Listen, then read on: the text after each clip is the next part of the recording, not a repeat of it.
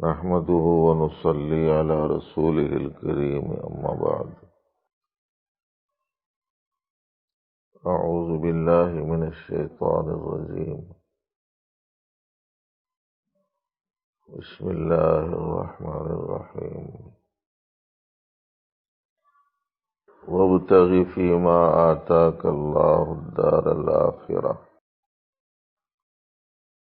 ولا تنس نصيبك من الدنيا وأحسن كما أحسن الله إليك ولا تبغ الفساد في الأرض. صدق الله خالقنا العظيم. معزز حاضرین، سامعین، خواتین، قرآن کریم کی آیت کا حصہ ایک مخصوص آدمی کے پس منظر میں ہدایات پر مشتمل مضمون کا حامل ہے۔ قارون کو اللہ نے بہت دولت دی تھی۔ حضرت سیدنا موسیٰ علیہ نبینا علیہ السلام کی قوم سے تھا، لیکن دولت کی زیادتی نے اس کو سرکش بنا دیا۔ بغاوت پر وہ اتر آیا۔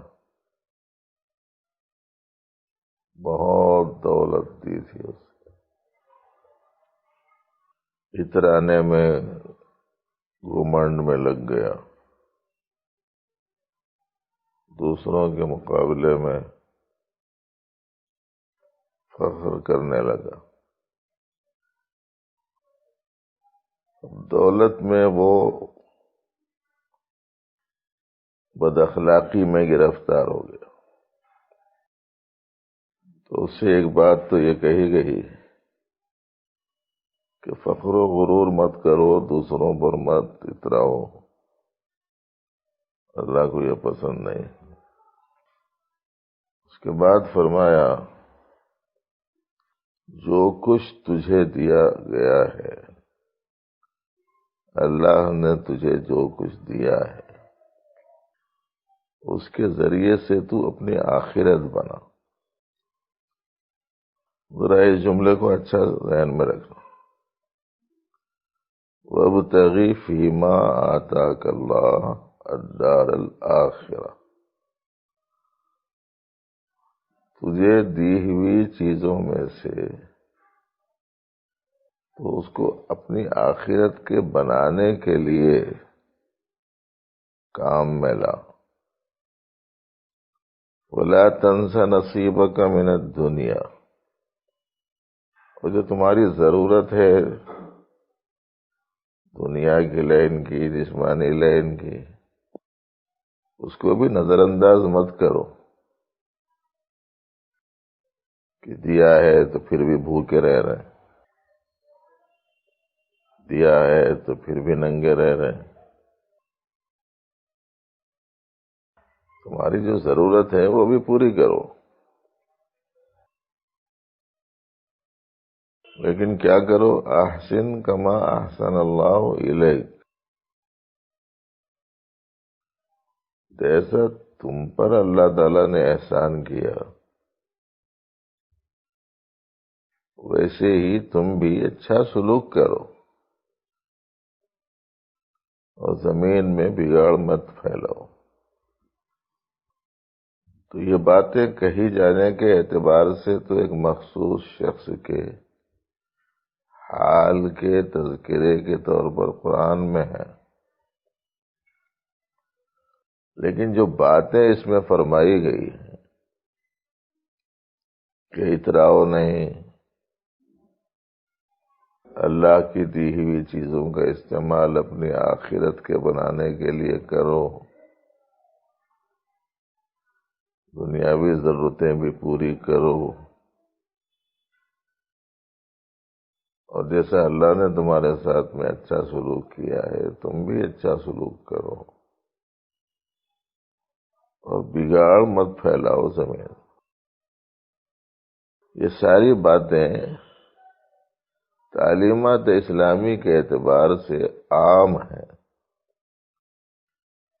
کسی ایک فرد کے ساتھ خاص نہیں۔ وہ کیسے معلوم ہوا؟ قرآن پاک کی دوسری آیات بھی اس سلسلے میں ہم کو ملتی ہیں، احادیث مبارکہ بھی ملتی ہیں، خود یہ آیات کے آخری حصے بھی یہ بتلاتے ہیں۔ اللہ نے فرمایا لا تفرح ان اللہ لا يحب الفرحین، اترانے والوں کو اللہ پسند نہیں کرتے۔ اس میں تو عام ہو گیا نا سب کے لیے۔ ولا تبغ الفساد فی الارض ان اللہ لا يحب المفسدین، اس میں بھی عام ہو گیا۔ تو مضمون عام ہے، نازل ہونے کے اعتبار سے ایک مخصوص شخص کے حالت کے بیان کے طور پر آیا ہے۔ اب اسی کی روشنی میں مجھے کچھ بات عرض کرنے کا خیال آیا۔ ایک تو یہ کہ اللہ نے یوں فرمایا کہ اللہ نے تمہیں جو دیا ہے تم اس کے ذریعے سے اپنی آخرت بناؤ۔ جوانی دی ہے، جوانی کو آخرت بنانے کے لیے استعمال کرو۔ علم دیا ہے، آخرت بنانے کے لیے استعمال کرو۔ قوت دی ہے، آخرت بنانے کے لیے استعمال کرو۔ دولت دی ہے، آخرت بنانے کے لیے استعمال کرو۔ سوجھ بوجھ عطا کی ہے، آخرت بنانے کے لیے استعمال کرو۔ آل اولاد دی ہے تو آخرت بنانے کے لیے استعمال کرو۔ حیثیت دی ہے، آخرت بنانے کے لیے استعمال کرو۔ قابلیت عطا کی ہے، اپنی آخرت بنانے کے لیے استعمال کرو۔ کوئی فن دیا ہے تو اس فن کا استعمال اپنی آخرت کے لیے کرو۔ اس کو جو ملا ہے، بینائی ملی ہے آخرت بناؤ، سنوائی ملی ہے آخرت بناؤ، گویائی ملی ہے آخرت بناؤ، تندرستی ملی ہے آخرت بناؤ۔ دیکھو یہ جملہ کیسا ہے، وَابْتَغِ فِيمَا آتَاكَ اللَّهُ الدَّارَ الْآخِرَةَ، اللہ نے تمہیں جو دیا ہے اس کے ذریعے سے تم آخرت بناؤ، یعنی آخرت میں کام آنے والی چیزوں کو اس کے ذریعے سے حاصل کرو۔ چھوٹا سا جملہ ہے، جس کو جو ملا ہے اس کے لیے استعمال کرے۔ جیسے ایک آدمی کو پاؤں ملے تھے، آنکھیں نہیں ملی تھی۔ ایک آدمی کو آنکھ ملے تھے، پاؤں نہیں ملے تھے، تو آنکھ والے کو پاؤں والا پہنچاتا تھا، پاؤں والے کو آنکھ والا رستہ دکھاتا تھا۔ اس کو جو ملا وہ اس کو اچھے کام کے لیے استعمال کرے۔ آج کے دور میں یہ سبق بھول گئے لوگ، اسی لیے خصوصیت کے ساتھ کچھ عرصے سے ذہن اس طرف چل رہا ہے کہ جس آدمی کو جو چیز آتی ہے، جس آدمی کو جو چیز حاصل ہے، وہ اس کے ذریعے سے خیر کو انجام دے۔ آپ کے پاس میں علم ہے تو بھائی علم پھیلاؤ، علم پر عمل کرو، اور اس علم کی روشنی میں لوگوں کی رہبری کرو، اس سے آخرت بنے گی۔ ایک آدمی کے پاس صحت ہے، قوت ہے، تو بے سہاروں کو سہارا دے کر دوسروں کی ضرورتوں کے لیے بھاگ دوڑ کرے۔ ایک آدمی کو قانون سے واقفیت ہے تو اس واقفیت کے ذریعے سے دوسروں لوگوں کے لیے بھلائی کے کام کرے۔ ایک آدمی میں صحت ہے، ہنر ہے، کوئی فن ہے، اس کے ذریعے سے دوسروں میں صحت کے بنانے کا اور اس کے صحیح استعمال کی طرف انہیں متوجہ کرنے کا وہ کام انجام دے۔ اس طریقے سے تمام طبقات کو ان کی پاس جو جو چیزیں ہیں ان چیزوں کے رخ کو بدلنے کی طرف توجہ دلانے کا ایک سلسلہ کچھ عرصے سے جاری ہے کہ آپ کو جو ملا ہے آپ اسے اللہ کے دین کے لیے استعمال کرو، ورنہ وقت ملا تو گپ شپ میں گزار رہے ہیں، خیر کے کام میں تو استعمال میں نہیں آئے۔ قوت ملی تو دوسروں پر ظلم میں غلط استعمال میں آ گئے۔ جوانی ملی تو خواہشات میں لگا دی، دولت ملی تو لذات میں مبتلا ہو گئے، حیثیت ملی تو دنیاوی مفادات و اغراض کے لیے استعمال کرنا شروع کر دیا، ہوشیاری ملی تو دوسروں کے ٹھگنے کے لیے استعمال کی۔ ٹھگنا جانتے؟ نہیں جانتے؟ دوسروں کو دھوکہ دے کر اس کی چیز کو چھین لینا، لے لینا، ہڑپ کر لینا اس کی چیز کو۔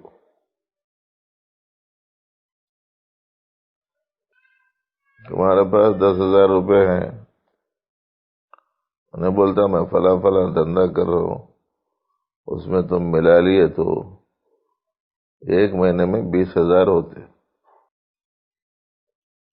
میں ویسے تو کسی کو نہیں شامل کرنا چاہ رہا ہوں اپنے کاروبار میں، مگر تمہارے سے چونکہ میرا تعلق ہے اس بات سے بول دے رہا ہوں، تمہارا بھی کچھ فائدہ ہو جاتا بول کے، ایسا اچھی بات ہے بول کے 10,000 روپے اسے دے دیے۔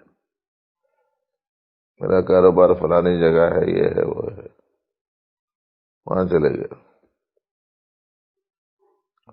تو چلے گیا تو کیا کرا؟ 10,000 ٹھگ لیا۔ اب سمجھ میں آیا؟ یہ تشریح کرنے میں دیر بھی بہت لگتی سمجھانے میں۔ تو جس کو جو صلاحیت ملی آج کے زمانے میں وہ اس کے غلط استعمال میں لگا ہوا ہے۔ اللہ پاک فرماتے ہیں کہ اللہ نے تمہیں جو کچھ دیا ہے اس کے ذریعے سے تم آخرت میں کام آنے والی چیزوں کو تلاش کرو۔ آپ کو کوئی ہنر دیا ہے جس کے ذریعے سے آپ اپنے روز مرہ کی ضرورتیں پوری کر لیتے ہیں، ماہانہ آپ کی آمدنی اتنی ہو جاتی ہے کہ جس سے آپ کے مسائل حل ہو جاتے ہیں، تو آپ وہ کسی ایسے کو سکھا دو جس کے پاس میں یہ ہنر نہیں ہے اور روزگار کے لیے انہیں پریشان ہے، اور یہ کرو اللہ جل شانہ کی خوشنودی کے واسطے۔ آپ کے پاس صحت ہے تو نوجوانوں کو لے کر ان کو صحت کے راز سمجھاؤ، صحت کے کام بتلاؤ،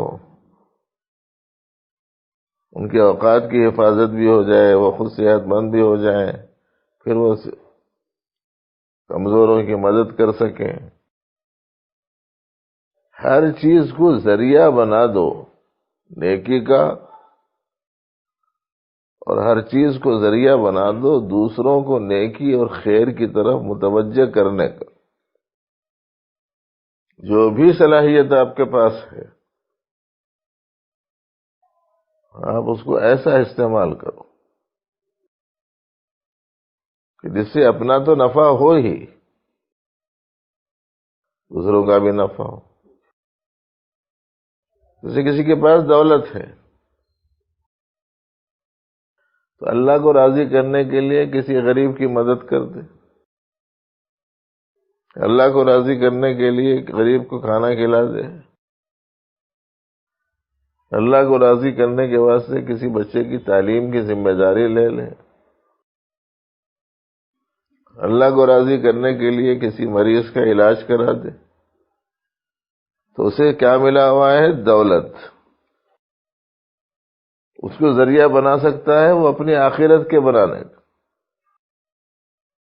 آج یہ تصور بالکل اٹھ گیا لوگوں سے. نبی رحمت صلی اللہ علیہ وآلہ وسلم کی صفات میں سے ایک صفت یہ بیان فرمائی گئی ہے کہ جس کے پاس میں کچھ بھی نہیں ہوتا تھا اس کے لیے وہ کماتے تھے. وَتَكْسِبُ الْمَعْدُومَ، اس کے پاس کچھ نہیں ہے اس کے لیے کماتے تھے. آج تو یہ جملہ بھی سننے کو نہیں مل رہا. کوئی سنایا تو شاید وہ آؤٹ آف ڈیٹ تاریخ کا کوئی آدمی ہو سکتا ہے. یہ صورتحال بن گئی اس وقت. آپ میں سمجھداری ہے، کسی کو اچھا مشورہ آپ دے سکتے ہیں تو اچھے مشورے کو ذریعہ بنا دو خیر کی طرف متوجہ ہونے کا. ہر چیز کا رخ اسلام کی طرف ہو جانا. ہم لوگ یہ چاہ رہے ہیں کہ ہر چیز کا رخ میری ذات کی طرف ہو جائے. دولت ہو تو میرے فائدے کے واسطے استعمال کروں، صلاحیت ہے تو میری آمدنی کے واسطے استعمال کروں، ہوشیاری ہے تو میرے ذخیرے کے بڑھانے کے لیے استعمال کروں، قوت ہے تو دوسرے کو مرعوب کر کے اس کی چیز حاصل کرنے کے لیے استعمال کروں، حیثیت ہے تو صرف اپنے مفاد کے لیے ہی اس کا استعمال کروں، علم ہے تو صرف اپنی ہی ذات کے سلسلے میں وہ فائدہ بخش ہو. اس وقت میں ہر چیز کا رخ ادھر ہو گیا. ہماری اس گفتگو کا خلاصہ یہ ہے کہ جو بھی اللہ کی عطا کردہ نعمت تمہارے پاس ہے اس کا رخ آخرت کے بنانے کی طرف ہو جائے. ایک جزیہ تو یہ ہے آج کی گفتگو کا. اچھا سمجھ میں آ گیا تو اچھا، نہیں سمجھ میں آیا تب تو میرے لیے تو اچھا ہے. اس لیے کہ اچھی بات سنانے کا تو ثواب مل جائے گا، نہیں مل جائے گا. اتنا اچھا مشورہ دے رہا ہوں میں کہ ہر آدمی اپنی آخرت بنا سکتا ہے. کوئی بھی ایسا نہیں ہے جس کے پاس میں کچھ بھی نہ دیا ہوا ہو اللہ کا.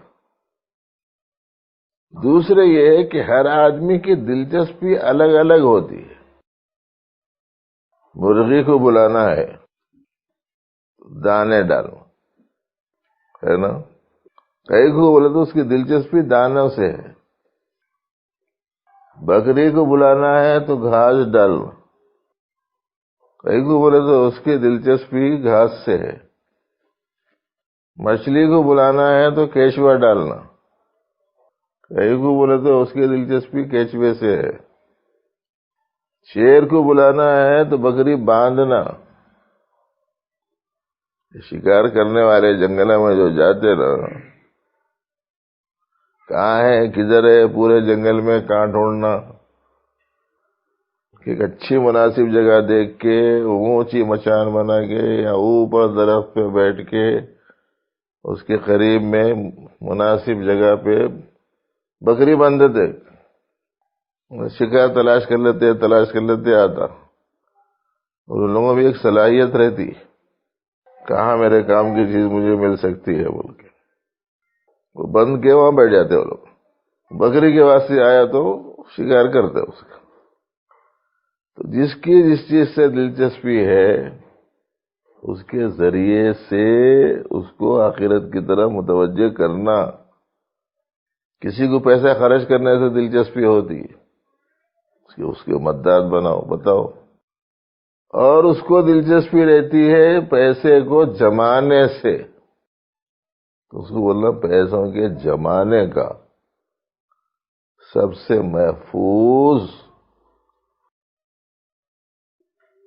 سے محفوظ تجوری میں تمہارے کو بتاتا ہوں۔ دنیا کا بڑے سے بڑا چور چوری نہیں کر سکتا۔ آج کل چوریاں نہیں ہونا بول کے الماریاں باریک پتھر کی نہیں، موٹے پتھر کی بنا رہے، ڈور بند کرنے کے واسطے اس کی جو سلاخیں ہیں وہ شیخہ نہیں رہ رہے، سب بلا رہ رہے، تالا ایسا کہ کہیں دوسری اسے چابی نہیں مل سکنا۔ اس کے بعد کمپنی والا بول رہا اگر کسی نے میری یہ الماری توڑ دی تو اس کو اتنے ہزار کا میں انعام دوں گا، اس کے باوجود چوری کر لے رہے لوگ، اس واسطے کہ اس نے جو تدبیر کی اپنے دماغ سے سوچ کر کی ہے، تو انسان ہی نا، تو جتنا بھیجا اس کا نے ہے، دوسرے کا نے اس سے بڑھ کے بھی ہو سکتا، توڑ دے رہا ہوں۔ تو پیسہ محفوظ نہیں رہ سکتا، مگر اپنے پیسے کو محفوظ رکھنے کی میں ایک ایسی تجوری آپ حضرات کو بتلا رہا ہوں جہاں پورے دنیا کے ٹاپ کے چورا مل کے بھی چوری نہیں کر سکتے۔ ہونا ایسی تجوری، ایسا کرنا کہ جس چیز کو اپنے کو محفوظ کرنا ہے اسے اللہ کی نسبت پر خرچ کر دینا۔ جب وہ خرچ نہیں ہوا، محفوظ ترین تجوری میں پہنچ گیا، سیدھے کسی کہنے والے نے کہا ہے نا، خدا کی راہ میں دینا ہے گھر کا بھر لینا، خدا کی راہ میں دینا ہے گھر کا بھر لینا، ادھر دیا کہ ادھر داخل خزانہ ہوا۔ اب وہاں سے کون چوری کرے گا؟ اللہ پاک فرماتے ہیں کہ نہ صرف یہ کہ تمہارا سرمایہ محفوظ رہے گا بلکہ ہم تمہارے اوپر عنایت و مہربانی کر کے کم از کم اس کو جو بڑھائیں گے وہ 10 گنا بڑھائیں گے، اور اوسط جو بڑھائیں گے وہ 700 گنا بڑھائیں گے، اور اعلیٰ جو بڑھائیں گے وہ تم کو بتایا نہیں جاتا، اللہ جتنا چاہیں گے بڑھا دے، محفوظ بھی ہو گیا بڑھ بھی گیا۔ ہر آدمی کے اندرون میں دولت اور پیسہ جمع کرنے کی خواہش ہے، ہم بھی وہی نسخہ بتا رہے ہیں، جمع کر لو اور بڑھا لو، مگر یہ بڑھانے کی جو صورت ہے وہ صورت ظاہری نگاہوں میں بڑھانے کی صورت نہیں دکھتی، لیکن عقیدے کی نگاہ میں، ایمان کی نگاہ میں، قلب کی نگاہ میں بڑھانے کو دکھاتی۔ تب کسی میں خرچ کا مزاج ہے تو اپنی آخرت کو بنائے، کسی میں اپنا اس کے اندرون میں اپنی حفاظت کرنے کی صلاحیت ہے،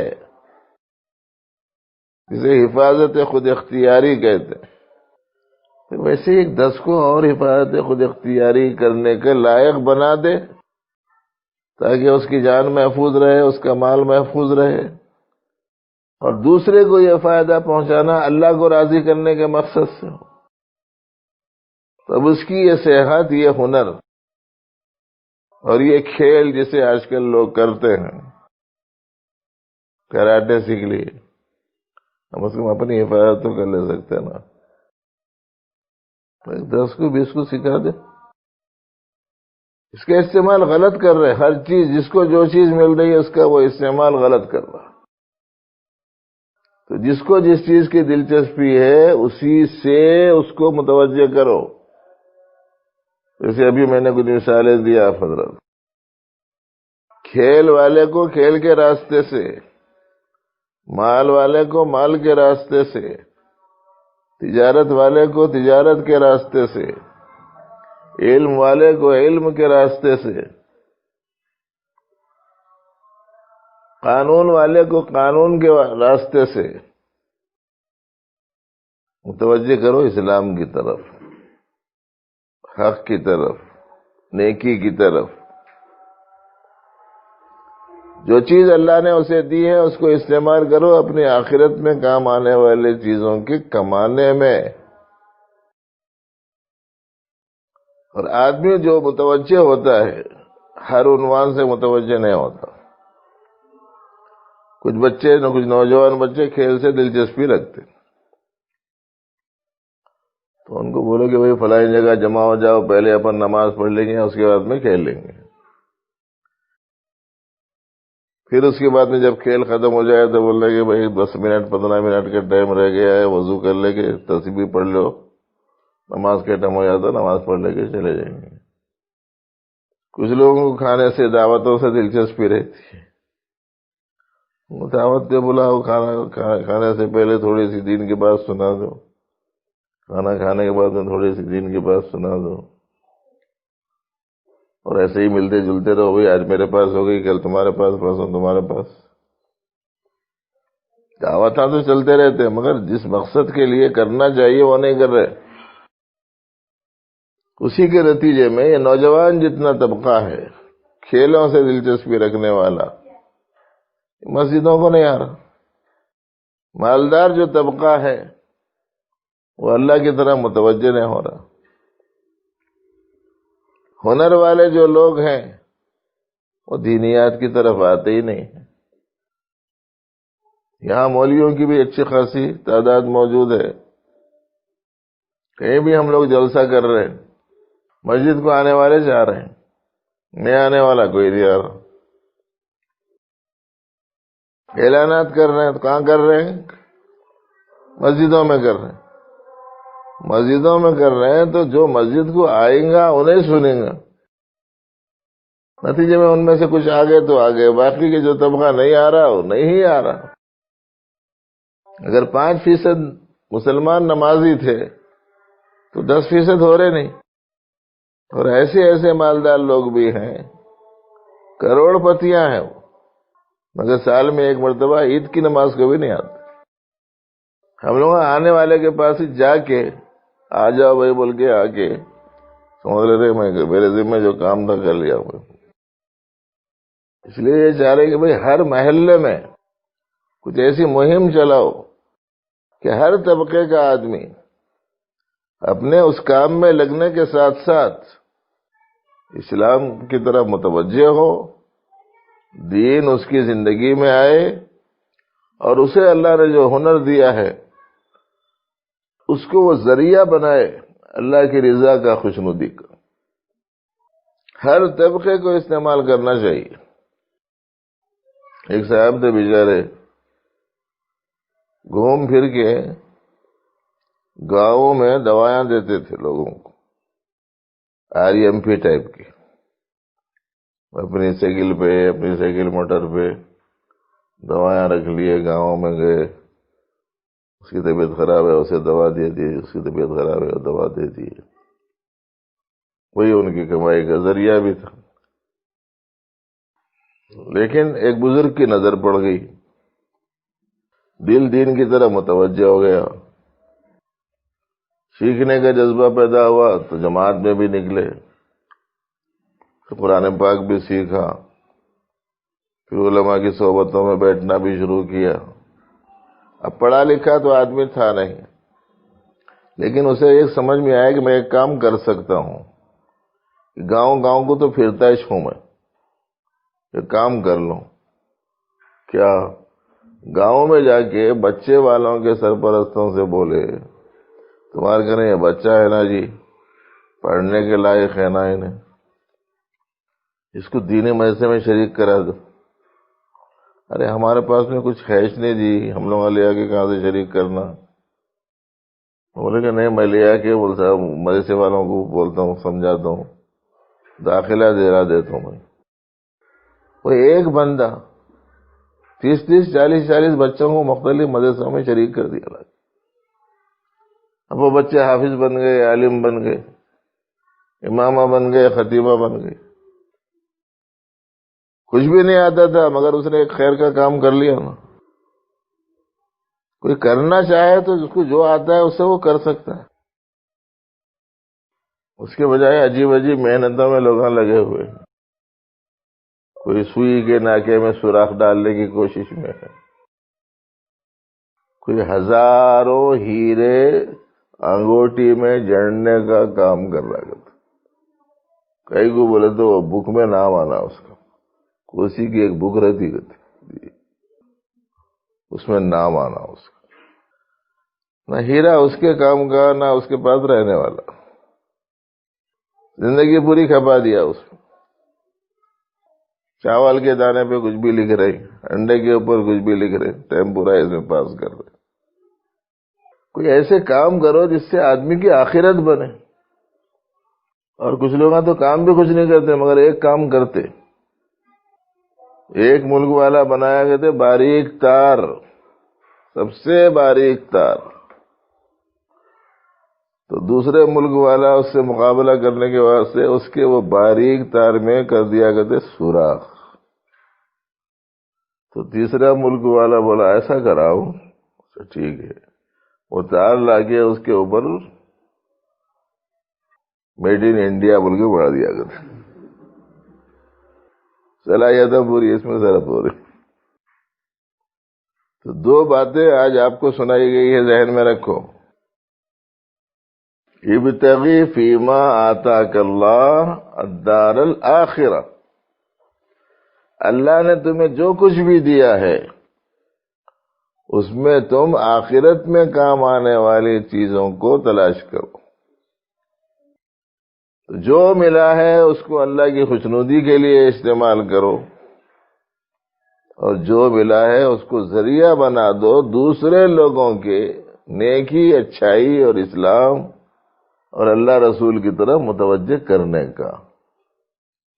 اگر بات سمجھ میں آ گئی ہے تو بہت بڑی بات ہے، سمجھو. اور ہر فرد اس کام میں آنا، یا ان کا کام ہے یا ان کا کام ہے یا نہیں.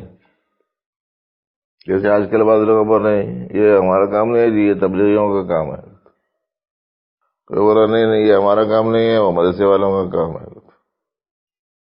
کوئی بولا نہیں یہ ہمارا کام نہیں ہے، یہ عالموں کا کام ہے. بھئی خیر کا مکلف تو ہر آدمی ہے، اور اس کی صلاحیت کے اعتبار سے اس سے خیر کرنا ہے، اس کے ذریعے سے خیر کو وجود میں لانا ہے. اب جس کی جو صلاحیت ہے اسے استعمال کرے. جیسے پڑھانے کی ایک صلاحیت ہے، وہ گھوم پھر کر لانے والا آدمی پڑھا نہیں سکتا تھا، لیکن یہ پڑھانے والا گھوم پھر کے لا نہیں سکتا تھا. تو انہیں گھوم پھر کے لا سکتا تھا، تو انہیں گھوم پھر کے لا لیا. اس کا بھی فائدہ ہو گیا، لانے والا جس کو لایا ان کا بھی فائدہ ہو گیا. جس کو پڑھانے آتا تھا اس نے پڑھایا تو اس کا بھی فائدہ ہوا، اس کا بھی فائدہ ہو گیا. تو جس کی جو صلاحیت ہے اس صلاحیت کو اللہ کو راضی کرنے کے لیے، آخرت کو بنانے کے لیے، اور دوسروں تک اس کے ذریعے سے خیر کے جذبے کو پیدا کرنے کے لیے کام میں لانے کا اہتمام کرنا چاہیے. بس آج اتنا ہی. اللہ رب العزت مجھے آپ کو علم صحیح، عمل صالح کی توفیق عطا فرمائے. ربنا لك الحمد كله ولك الشكر كله.